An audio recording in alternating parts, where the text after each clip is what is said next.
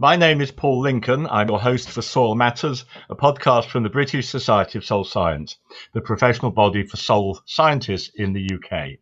Welcome to the 7th episode. In this, which is the second of two special episodes of Soil Matters, we continue to explore the concept of old knowledge.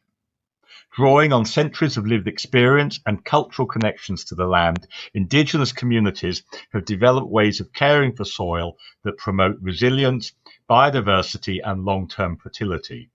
There is much that we can learn from these experiences, and we're therefore looking at how these approaches complement modern soil science, how they offer lessons in stewardship, and how they create respect for natural systems that are increasingly relevant today. Our last episode focused on Africa. We welcomed Divine Ntikan, Executive Director of the Global Climate Smart Agricultural Youth Network. Our second guest was Jemima Kutata, a disability rights advocate based in Kenya. And our third was Dr. Audi Moges from Hawassa University in Ethiopia. You can download this episode from the BSSS website.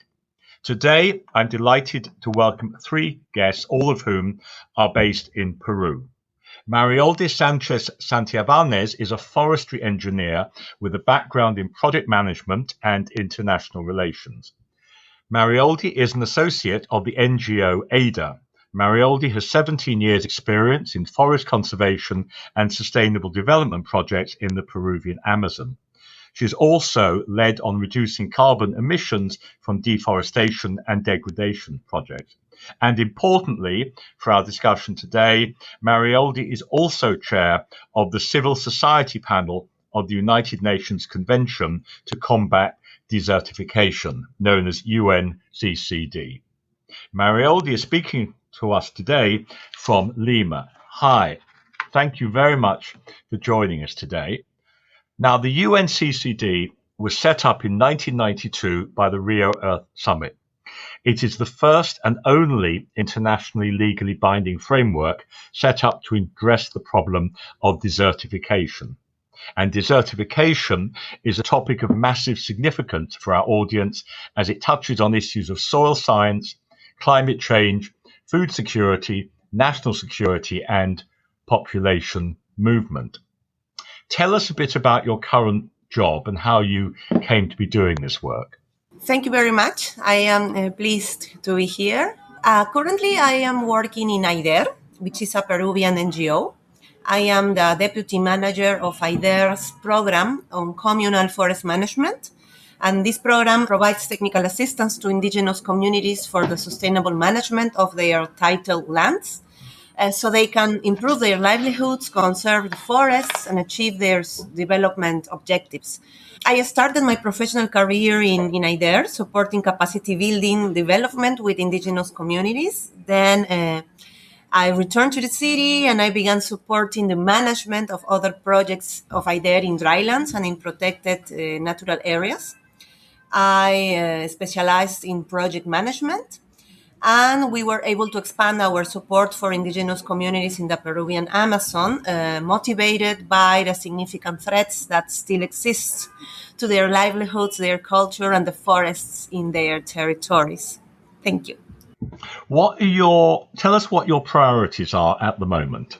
Yeah, well, my priorities of work now are related to consolidate the process we supported with these communities, especially the ones related to the sustainable use of forests and lands with a bioeconomy approach. We are very focused now on transferring skills for a better and a fair access to markets, so they can improve the current incomes they have, so they can self-finance the costs and the activities, the strategies of the overall land management, considering that external threats are still there, so they need to invest more in land management.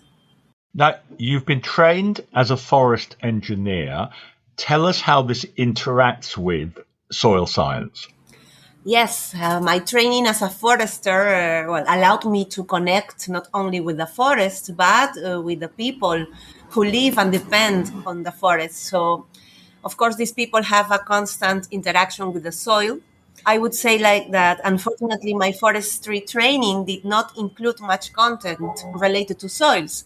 However, my experience confirms that any proposal for managing forest systems should include soil management activities.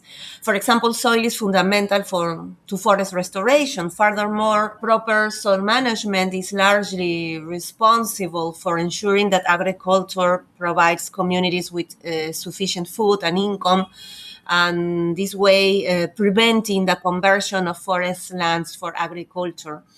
And of course, to manage soils under a broader land and forest management proposal, you always will need a scientific knowledge and soil science. So that's the connection I found. You're also chair of the UNCCD CSO panel. Explain what your job is there and what the organization is doing. Sure. The CSO panel has the role of promoting and coordinating the participation of accredited civil society organizations in this convention. Currently, I represent the civil society organizations of Latin America and the Caribbean. And also by geographical rotation, I am now the chair of the panel. We are 5 representatives on this panel, 1 for each region of implementation of the convention. And what we do is to maintain communication with the CSOs, to collect their concerns and contributions and support this sharing or transference of contributions, recommendations to the country's representatives and also to the UNCCD Secretariat. How we do that, for example, by organizing the delivery of recommendations during the official UNCCD meetings. Also, during these meetings, showcasing best practices on sustainable land management from around the world, especially the ones led by local communities, women, youth, and of course, other civil society organizations. So that's basically the role and the work we do as panel. And we consider ourselves a key partner for the implementation of this convention. And a quick word on UNCCD itself. What would you say is the special value that it brings to soil science policy? Mm-hmm. Yes, well, as you mentioned before, the UNCCD is the only international legally binding framework for addressing the problem of land degradation, right, and the certification. And the convention recognizes land as a complex system where soils play a key role. So by constantly highlighting the problems, the opportunities surrounding land, and also by encouraging countries to adopt land degradation neutrality goals, the UNCCD is supporting the integration of soils into national policies and into international agendas because it acknowledged that without ensuring healthy soil, land management strategies could fail. So therefore, decision makers in countries need to consider soils in their land policy. So that's how I see that UNCCD being a UN convention that convenes different kinds of stakeholders through the topic of land, they are also bringing value to soil science. What is the role of the UNCCD, especially in terms of sustainable land management? Yes. Well, the UNCCD is providing guidance to countries for avoiding, reducing, and reversing land degradation in order to achieve these national and global targets on land degradation neutrality, which is currently the main overall approach that this convention has adopted to guide the achievement of its targets. LDN, land degradation neutrality, which is also connected to the Sustainable Development Objectives, particularly to the 15.3 target of the SDGs. So this guidance is made through different ways, including handbooks, guides, capacity building to stakeholders, and exchange of experiences. Also providing tools for land degradation, monitoring, and for decision making. I think also climate smart agriculture is included in this guidance, as the convention recognized that the sustainable agriculture is key for reducing pressure to land and to recover the land, as well to deliver other benefits such as climate change mitigation and food security. So that's the role this convention plays. It's to make more visible the importance of land management for achieving SDGs and global targets in general. The phrase climate smart agricultural practice, can you define it?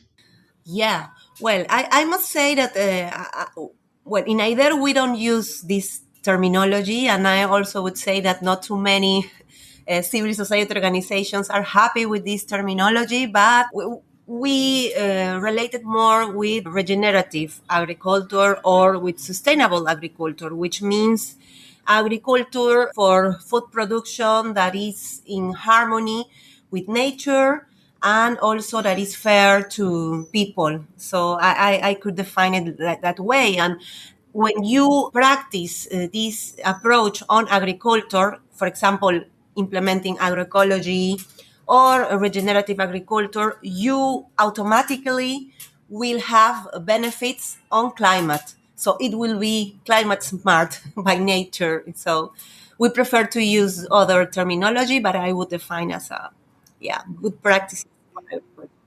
Okay, that's very helpful.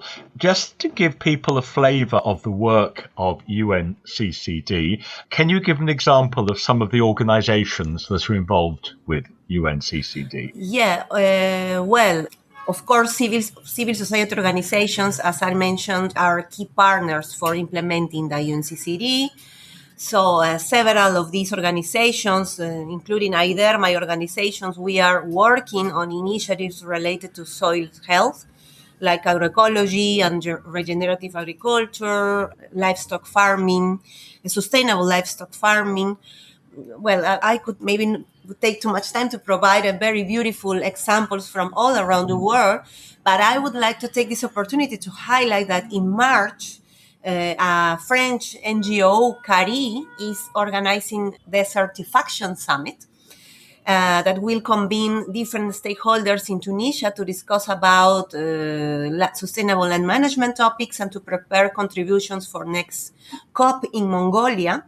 So on the road to the next COP, we CSOs will be working hard on preparing contributions and to see strategies on how to share the results of our community-led projects. But also thinking about other stakeholders that are working and involved directly in UNCCD, I would like to highlight the FAO. They are partnering with the UNCCD for promoting land tenure and sustainable agriculture. Actually, the COP gives them a mandate for providing guidance to parties, to countries on these topics. And as part of this work, they have developed technical guides and other tools. Currently, they are in the process of preparing a guide for the prevention, reduction, and reversion of agricultural land and soils in response to a decision from last COP, COP16. So it would be very interesting to follow up on these developments and the contributions that will come out for all the stakeholders. Also, I think it's important to share about the SPI of the UNCCD. Can you define that? SPI is? Yeah, SPI is the Science and Policy Interface created by the UNCCD COP. Okay, thank you. So it's part of the UNCCD, but also brings together independent scientists from different disciplines. And the target of this platform is to translate scientific evidence into policy recommendations. So some of these scientists have expertise and work background in soils, in agriculture, in social sciences as well. So it's also very interesting the work they are doing and the contributions they are making to this convention. That leads me to a question, which is how does all of this work link to the much wider United Nations agenda around soil science? Yes, exactly. Well, particularly through this SPI, this Science Policy Interface work, the UNCCD is connected to other scientific platforms, such as the Intergovernmental Panel on Climate Change. They collaborated in the past for the land report that the IPCC delivered. And also they are connected to other platforms, again, working to put more visible in the global agenda the land issues, and through the land issues, all the elements of land, including soils. Also, I could highlight that the UNCCD has been also connecting with, for example, the UN Committee on Food Security for the advocacy on land, and also on land degradation neutrality as the pathway for achieving multiple benefits. I would say also that since the UNCCD is the custodian agency of this SDG target 15.3, they are also very active on developing methodological frameworks and data sets for monitoring the change on land, including change on soil organic carbon, for example.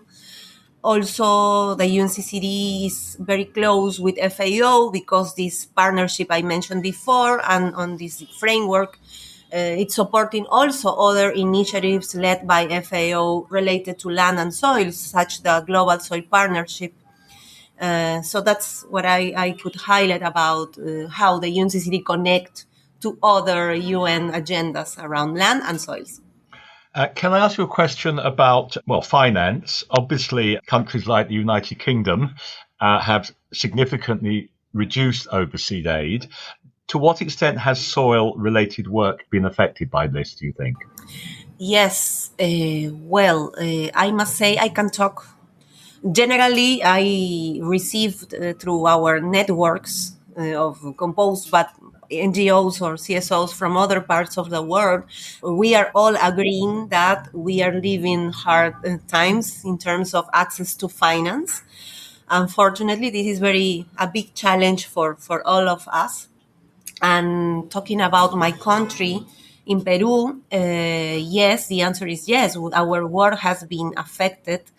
As I mentioned earlier, IDER initiatives support community-led sustainable land management, and these initiatives, they continue under implementation with funds that mainly come from non-conventional sources.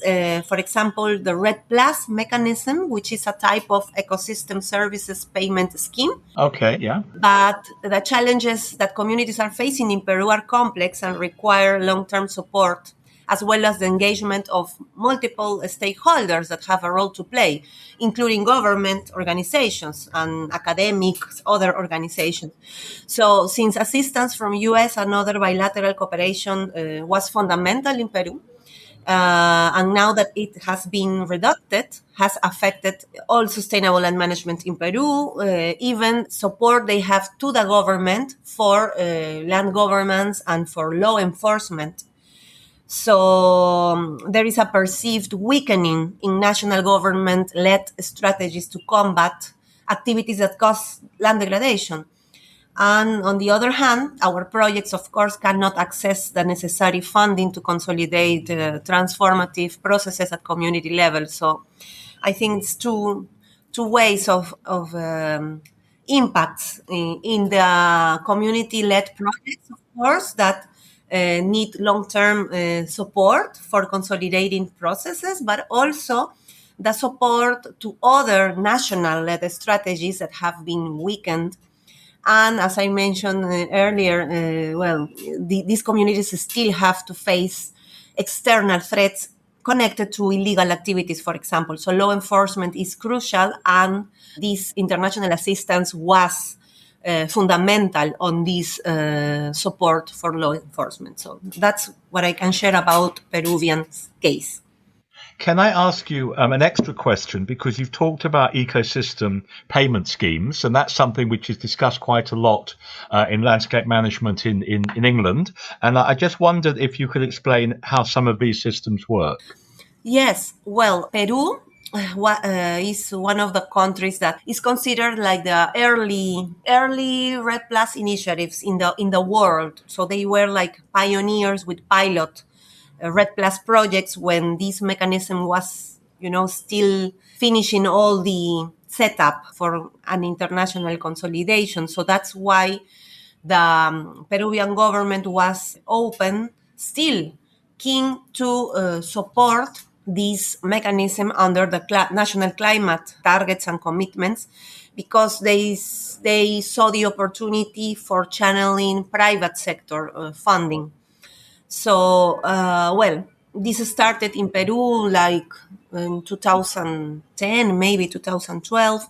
The first Red Plus initiatives supported by the government in national protected areas, because they were also seeing the reduction of international funding for the management of these protected spaces that are supposed to be funded directly by governments. So they saw an opportunity in these type of schemes that could engage private sector. So, I must say that there are different methodologies and standards that could be used to develop a Red Plus project or a carbon scheme project. But in the case of Peru, and our experience is our initiatives are using the standards of BERRA. BERRA is this international organization that is very well positioned in the voluntary carbon markets.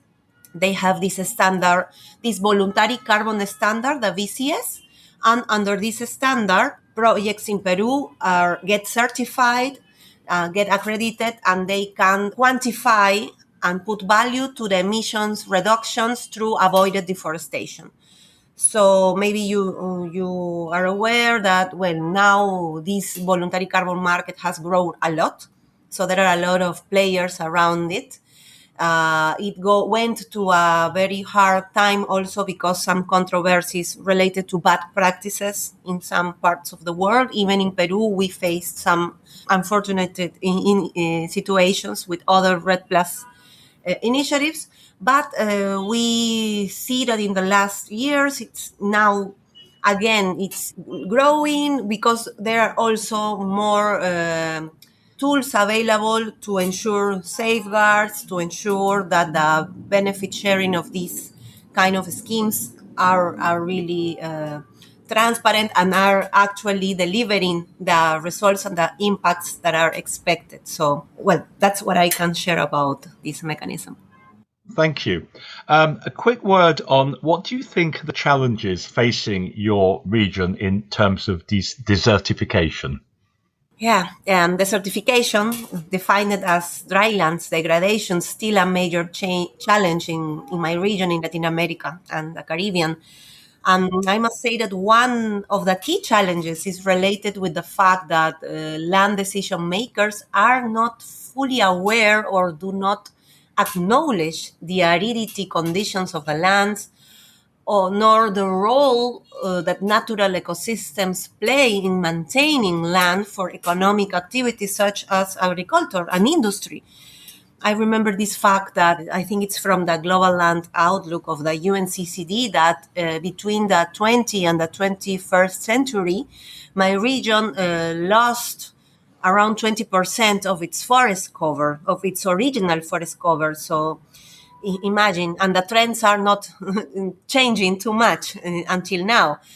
So the unplanned and the uncontrolled expansion of the agricultural and urban frontier, as well as illegal extractive activities such as illegal mining, are the main causes of desertification and land degradation in Latin America.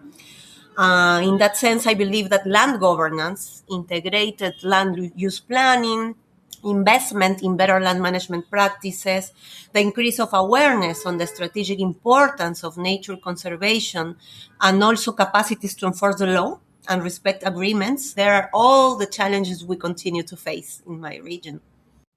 And let me ask you about your work with Indigenous communities. You've worked very closely with Indigenous communities. Tell us about what that collaboration has looked like in terms of soil health. Sure. This collaboration with Indigenous communities began in 2000, in the year 2000, with AIDER's first project to support Indigenous communities in the management and conservation of forests. And at that time, and for the first 5 years, AIDER's main motivation was the conservation and sustainable use of forest resources for the benefit of community members. But Therefore, it was focused on developing capacities for better forest management practices and for better access to the timber and non-timber forest products markets. But this collaboration evolved by recognizing and understanding together, IDER, my organization, with the communities, we together understand that the future of these forests still depends on the security of land tenure and the strengthening of community governance. So all of this was incorporated into a land and forest management proposal for indigenous communities in the Peruvian Amazon, which was co-created by IDER and the communities. And now IDER develops its support program using this proposal as a working model and as a guiding framework for all its technical assistance activities. As a result, IDER began exchanging knowledge with these communities to improve land use practices, including improving soil health. And examples I can highlight include the transition from monoculture areas to agroforestry areas, also soil recovery through the planting of leguminous species and raw material, organic material provider species, also the replacement of chemical inputs with other kind of inputs such as organic fertilizers, for example. So that's some examples of the practices that now we are supporting under this collaboration with indigenous communities.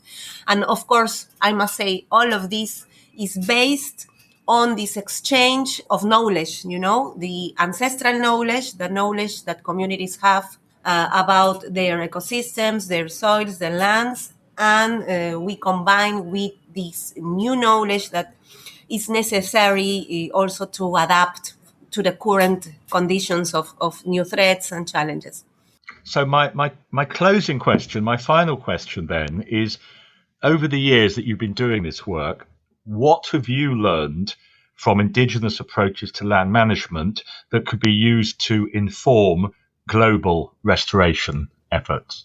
Yes, well, that's a nice question, and I have certainly learned many things from this exchange of knowledge and perspectives with indigenous communities all these years. But well, I think I'm going to emphasize two things I learned. The first one is the importance of the integrated approach, not only for the recognition of the interconnections between different elements of nature within a given area, which is this approach that communities indeed have, but also, and much more importantly, the social interconnections and how these, at the end of the day, determine the decisions and results of land management. I think every global restoration effort must consider a strong sociocultural component with well-defined activities and a strategy for long-term financial resources to align the restoration practices with social realities. Otherwise, there is a huge risk that they will fail or not last over time. That would be the first learning, this capacity of see all the interconnections, but interconnections, nature and people. This is something that indigenous peoples have very clear and they apply every time. And the second point is the importance of ancestral knowledge about nature, of course. And because I think much is said or has been said about the exchange of knowledge to define land management strategies and restoration strategies, but I believe there are still few experiences that manage to combine the ancient and modern knowledge to generate new solutions. I think I've heard a lot this from my brothers and sisters from the indigenous communities, that they are very aware that they possess important knowledge that allow them to use the land sustainably over time. But they recognize that climate change, new socioeconomic dynamics are forcing them to adapt. So in this adaptation, of course, they are open to gain new knowledge, but they don't want to make invisible or lose those ancestral practices that characterize their identity as peoples, right? Their culture. So I think this is something also I learned. They are open They want to share the knowledge. They want to keep the knowledge, but they also would like to have a real exchange of knowledge to address solutions. And again, I think this is a very powerful way of seeing it, and that I learned from them through these years. Thank you. Great. Marioldy, thank you very much. Our second guest today is Kleily Vargas. Kleily is a young professional in agroforestry from the National Intercultural University of the Amazon, based in Peru. She is a member of the Shipibo Conibo indigenous community, San Rafael de Maciza, which is located in the Peruvian Amazon. She supports IDA's team for capacity building in communities. I'm delighted to say that Marioldy will translate for us today, and Kleily is speaking to us from Pucallpa in Peru. Hello. Let me ask you one or two questions about yourself, first of all. Tell us about your background and about the work that you do in your community. Sí, hola. Muy buenos días. ¿Qué tal a todos? Kleily saying hi. Thank you for this opportunity. She is very excited to be here. She introduces herself. Her name is Kleily, but also she shared her Shipibo Conibo name, Mtsakate. Mtsakate is her Shipibo Conibo name. And she's saying that she's coming from this community, San Rafael from Macicea. And she's happy to be representing her indigenous peoples in this interview.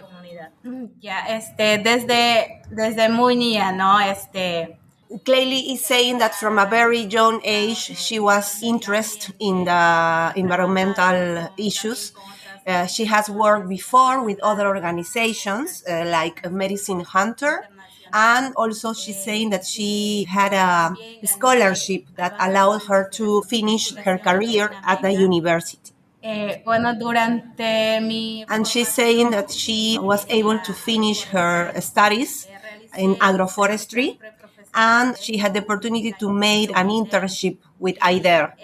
And since then, she's committed to contribute to the development of her communities and strengthen her knowledge through this communal forest management program. And she wants to, with this knowledge, she now wants to share it with her communities, especially on plantations, on how to grow seedlings, apply all this knowledge that she got at the university for the benefit of her communities. And she's highlighting that it's not that they don't have the knowledge, they have the knowledge already, but maybe they didn't know how to apply it now in the new context. So when she came back to her communities, she supported them to put this ancestral knowledge into practice. And she saw positive change from that.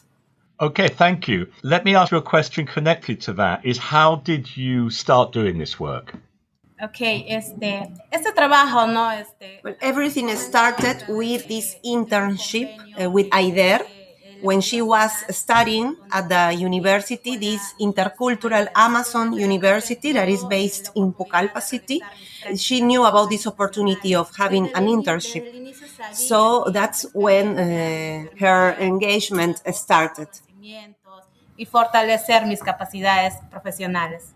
Vengo elaborando con She's saying that she has been collaborating with IDER from 2 years now, and that this opportunity also represented an important step in her personal and professional development.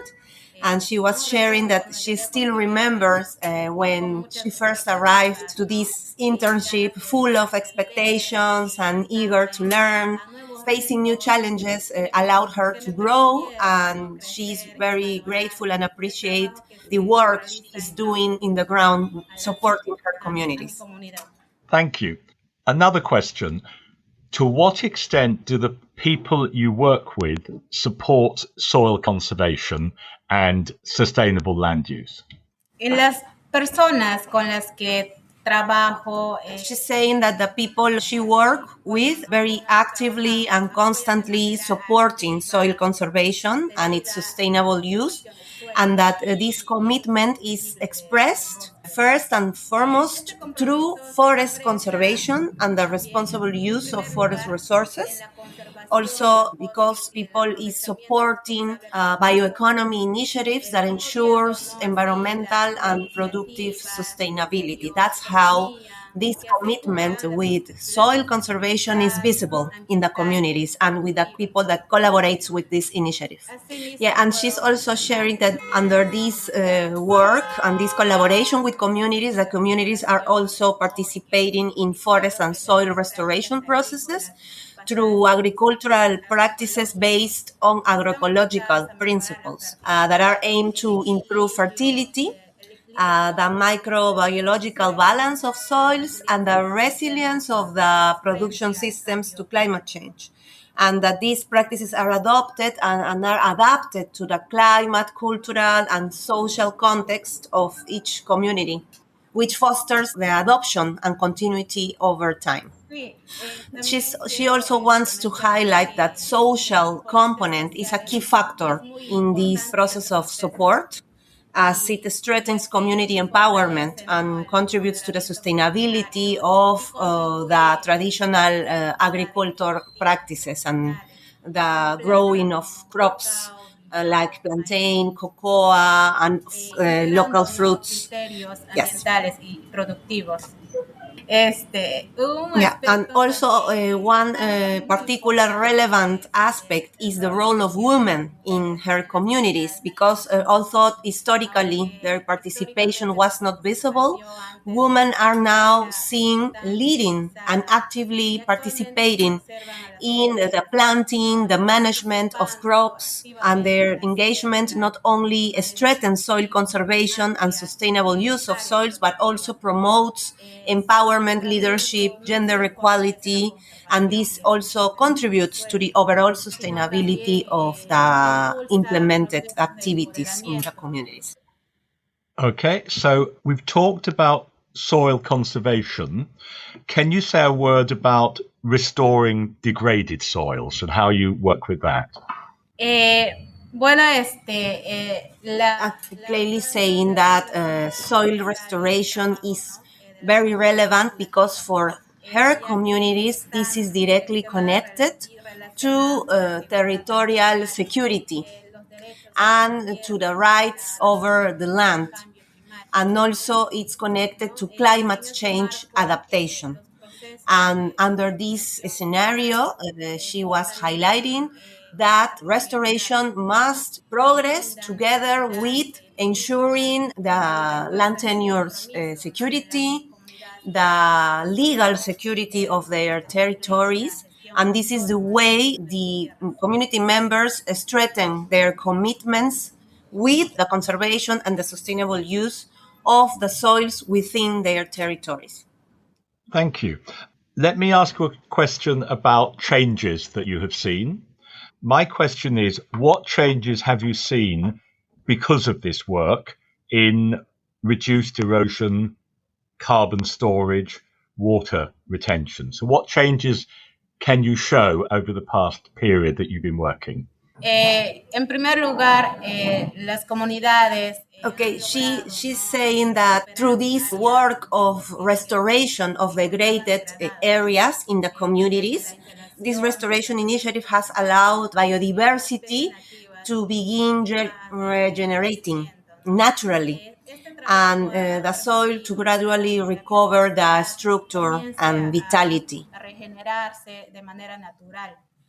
Kleily is saying that as this improvement on practices for restoration and regenerative management, agriculture has a significant increase in soil organic matter, especially thanks to the use of local cover crops, such as guava. It's the common name of this species, Inga edulis. And these cover crops not only protect the soil, but also help retain carbon and moisture and provide nutrients naturally, improving the ability to fix nitrogen, which also improves fertility. And that has helped them because significantly reduced the need for external inputs or fertilizers. la fertilidad sin necesidad de esos extremos. Thank you. My last question is, tell me one thing that makes you very optimistic about the work that you're doing. Bueno, de todo ello, puedo rescatar los saberes ancestrales. Okay, she's saying that she will choose the fact of recovering the ancestral knowledge, the knowledge from her grandparents that included the practice of holistic agriculture in harmony with nature. And building upon this foundation, they can incorporate new regenerative agriculture methodologies and other external knowledge, which they can adopt and adapt according to their skills and context. And the final thing she said is that her idea is to combine traditional and modern knowledge to find a balance between caring for the soil, the wildlife, the flora, with the goal of achieving a truly sustainable agriculture. Fabulous. Thank you. Our third guest today is Juan Guimaraes. Jhon is an agroforestry and aquaculture engineer who graduated from the National Intercultural University of the Amazon in Peru with additional training in territorial governance and social leadership. He is a member of the Shipo-Conibo indigenous community, Flor de Ucayali, located in the Peruvian Amazon. Currently, Jhon is part of the technical team at IDA, and he is also speaking us today from Pucallpa in Peru. Jhon, welcome to the podcast. Thank you for your time today. Let me ask the first question. Jhon, tell us a little bit about your background and the work that you're currently doing in your community. Bien, buenos días, Hakuya Makri. Thank you. He's native from a Shipibo-Conibo community. He is the son of indigenous farmers who cultivate in community lands. And from a very young age, he's participating in the productive activities of his community and a worldview that integrates agricultural production with forests, with the gathering of fruits, plants from the forest, with the hunting for family subsistence, and respecting the spirituality of the forests. He's saying that he has always been working under that approach. Tuve la oportunidad de estudiar. And he's stressing that he had the opportunity to go to the university to study agroforestry and aquaculture engineering to support the improvement of economic activities in the communities, in his community. Through this knowledge, he has supporting the improvement of restoration processes through agroforestry systems, also through forest plantations with native species, and through the raising of poultry, but everything under an agroecological approach for ensuring the sustainable use of the resources. And most importantly, always considering that people is the greatest resource. And that he understands that only through some changes in the people or improvements in the people, that's what would make the achievements. Thank you. Now let me ask you, to what extent do the people you work with support soil conservation and sustainable land use? A las personas con las que trabajamos muestran. The people he works with demonstrate a high level of commitment to soil conservation and sustainable land use, and that this commitment is based on a strong environmental awareness and community-based environmental education initiatives that respect and value the ancestral knowledge. And this approach translates into the adoption of sustainable practices and on a collective responsibility, particularly in the communities focused on protecting the land protection and the protection of the natural resources. El impulso de procesos sostenibles. One of the main pillars of his work is promotion of sustainable land management and responsible land use. That this proposal is promoted under the slogan, "Let the forest remain as forests." As part of his work, he's promoting shared vision that strengthens this collective and organized work within the communities. And furthermore, the promotion of strategic alliances with public, private sector stakeholders, and also the participation of professionals from different disciplines for technical assistance. That's what allowed him to support this development of new knowledge and new skills. And this facilitates the design and implementation of proposals that are tailored to each local context. When you use the phrase ancestral knowledge, could you give just one example of how you apply that? También conocimiento ancestral. Jhon is sharing about ancestral knowledge. This is the local knowledge that his ancestors had from a lot of time because of this interaction with the land and the forest. And he was putting an example on the planting season, because they traditionally know exactly what are the best seasons for planting according to the spirituality or the answers that they receive from the forests. For example, he was explaining about the presence of some animals like frogs, or some sounds that some specific animals like birds or others make, and then they will know that it's a proper time for starting the planting because the rain is coming, or maybe the moisture of the soil, so the weather and the conditions that the forest is announcing are good for planting one or other specific crop. That's what he was explaining.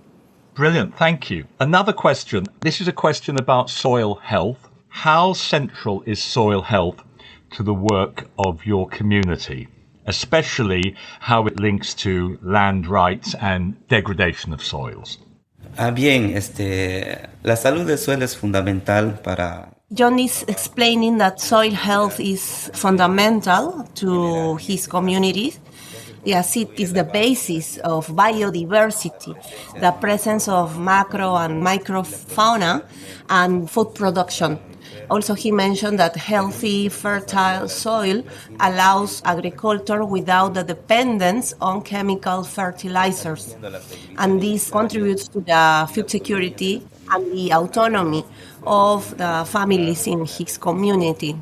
Also, he was explaining that soil also plays a key role in water regulation, in groundwater protection, acting as a natural filter and also as a buffer against pollution. So from this perspective, the proper or the good soil management is essential for the sustainability of the community territory and also for climate change mitigation, considering that the recovery of degraded soils normally demands very high costs. So if the community prioritizes soil conservation and protection, this is also a long-term strategy for the future of the community territory. Thank you. Let me ask you a question about organization. How are Indigenous groups organized when it comes to governing soil and land resources?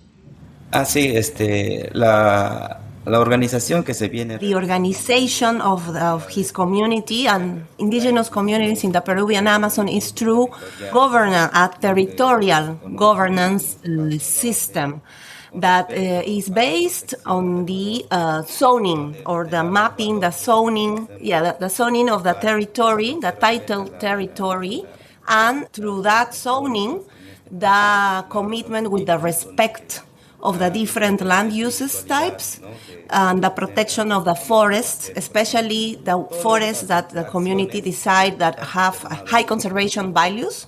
That system of governance, of territorial governance, is the one that guides the responsible use of the soils and of the natural resources. This is also the community make these decisions for having a balance between productive activities, the welfare of the community, but also the conservation of the resources. And also he was explaining that a key stakeholder in this governance system is the community's committees of surveillance, of territorial surveillance and forest control. These committees are organized groups within the communities that have the mandate to monitor, oversight, prevent the conservation of lands and forests within the communities. And these committees, for example, do patrolling on a preventive way to also report, for example, invasions, land invasions or environmental crimes to the authorities of the community, so the community can go and report or make denounces to the authorities. Finally, he added that all this governance system is led by the community assembly, which is the highest authority in indigenous communities of the Peruvian Amazon, and the assemblies are composed by all the members of the community that have a voice and the right of voting for the decision making about this land use zoning and land use activities, etc. Thank you. And one final question. When you look to the future, what gives you the most optimism about the role indigenous communities can play in farming? Well, Jhon is saying that what motivates him is the idea of indigenous communities being the ones that produce food without pesticides and without destroying nature and forests. So he envisions that indigenous communities will continue to be like the guardians or the ones that safeguard the genetic biodiversity, also the ones that are truly leading a production of food, zero deforestation, and also that because of that they go to the world, to the markets, and the markets are willing to also pay more, a higher price for this kind of products, because they recognize that the indigenous communities are the ones showing to the world that this agriculture can be made in harmony with nature, in harmony with forests. So he's saying that's what gives him a strength to continue working on these topics. Brilliant. Thank you very much indeed. That is really inspiring. Marioldy, if I can come back to you, we've listened to some very fascinating contributions from your colleagues, and we've tried to understand the role of old knowledge, ancestral knowledge. You're in a very interesting position because of your involvement with the United Nations and its civil organizations. Let me ask you the same question I've asked your colleagues. Where are you most optimistic about the use, the dissemination, the learning from old ancestral knowledge? Yeah, well, I hadn't had a chance to think more about this question, not like Jhon or my colleagues. Really, my first idea would be maybe to echo what my colleague Jhon just said about the diversity of a species. Because from my experience working in Peru, and I'm sure this is similar in other countries that have Amazon areas, Amazon communities are not recognized, or the contribution of these communities are not recognized. The contributions on agriculture are not properly recognized. Because, Peru is a very diverse country. We have coastal areas, we have the Andes, and we have the Amazon. And if you think about agriculture in Peru, everybody will immediately link to Andes communities, to communities, that they had this food system production with different altitudes and dealing with drought conditions, aridity conditions. They made very advanced engineering systems, for capturing water, for the, how do you say the riego, when you put water to the crops? I miss the irrigation systems, ancestral knowledge. And you may heard about not only the Incas but pre-Incas cultures that develop very advanced irrigation systems. But Amazon communities also have a lot of knowledge and contributions because of knowledge like the one Jhon highlighted.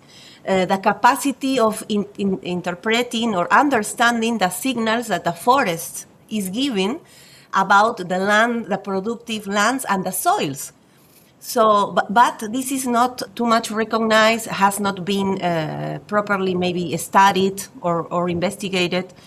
And I think it's time to support communities, indigenous communities from the Amazon to really come and share more of this specific knowledge, mostly considering that, as I mentioned before, my region, Latin America and countries like Peru, we are forest countries. More of 50% of our territories are forests.